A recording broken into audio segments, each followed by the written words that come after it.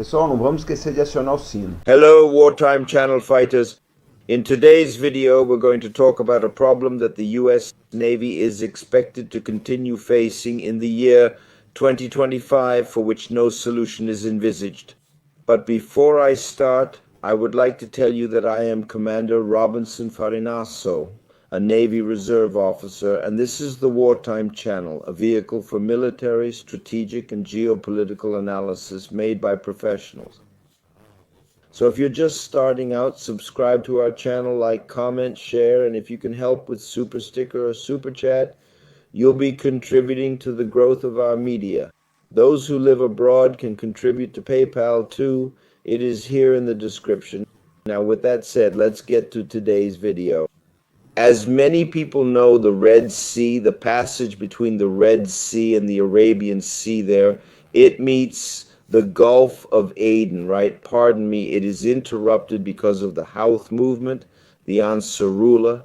It bombs the Strait of Bab el-Mandeb, making it very difficult for ships to pass through. Just to give you a baseline, traffic on the Suez Canal has already decreased by 1/3. Some people say that this won't change anything, that it's not changing the world. Yes, it is changing, but it's an imperceptible change that increases in cost every day and should explode in 2025. Why are we saying this? When there's an outage of that traffic, what happens? People will detour through the Cape of Good Hope in South Africa, right? This increases the travel time and starts to congest the entire logistics chain in the rest of the world due to time. I'm going to tell you a very simple situation. You'll understand.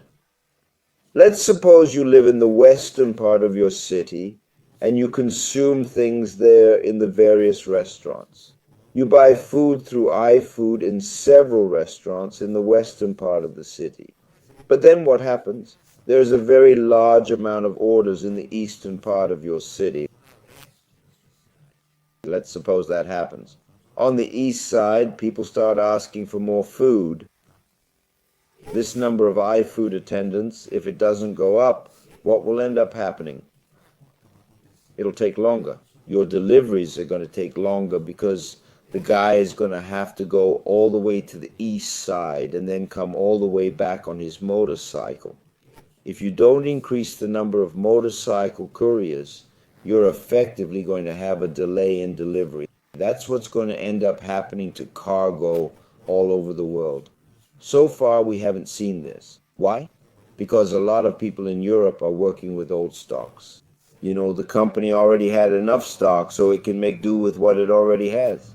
But the impact of the rise in the price of freight will start to be felt soon. This is already happening in the shipping industry.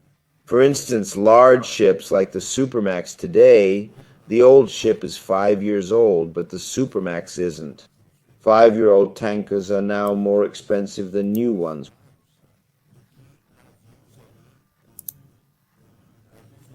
Why is that? Because when you have a ship, the Supermax tankers, 5 years old, they cost more than a new ship.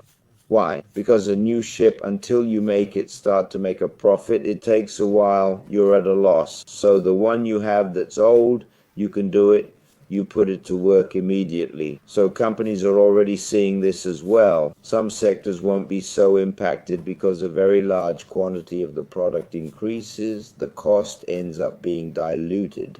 But there are sectors out there that won't escape this price increase that should come around 2025. It will impact Europe greatly. It is estimated that in the first quarter of 2025, Europe will suffer these impacts. There is nothing the US Navy can do about it. They're already in the waters of Bab el-Mandeb. 8 months ago, they spent $1 billion on armaments and are unable to stop the Houthis from attacking merchant ships and oil tankers with drones and missiles.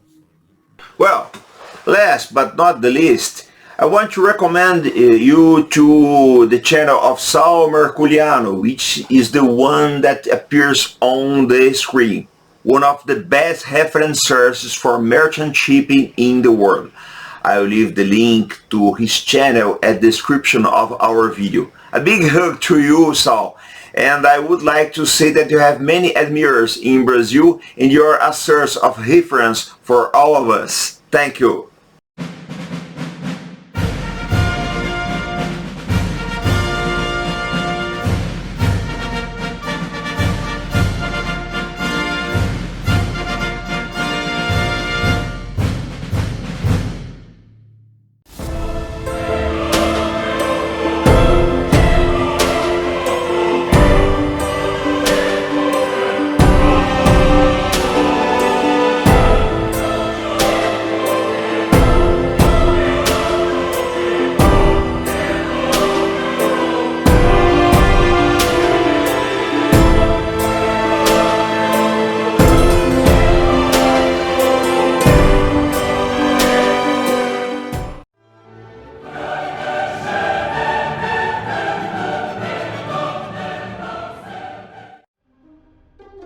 Thank you.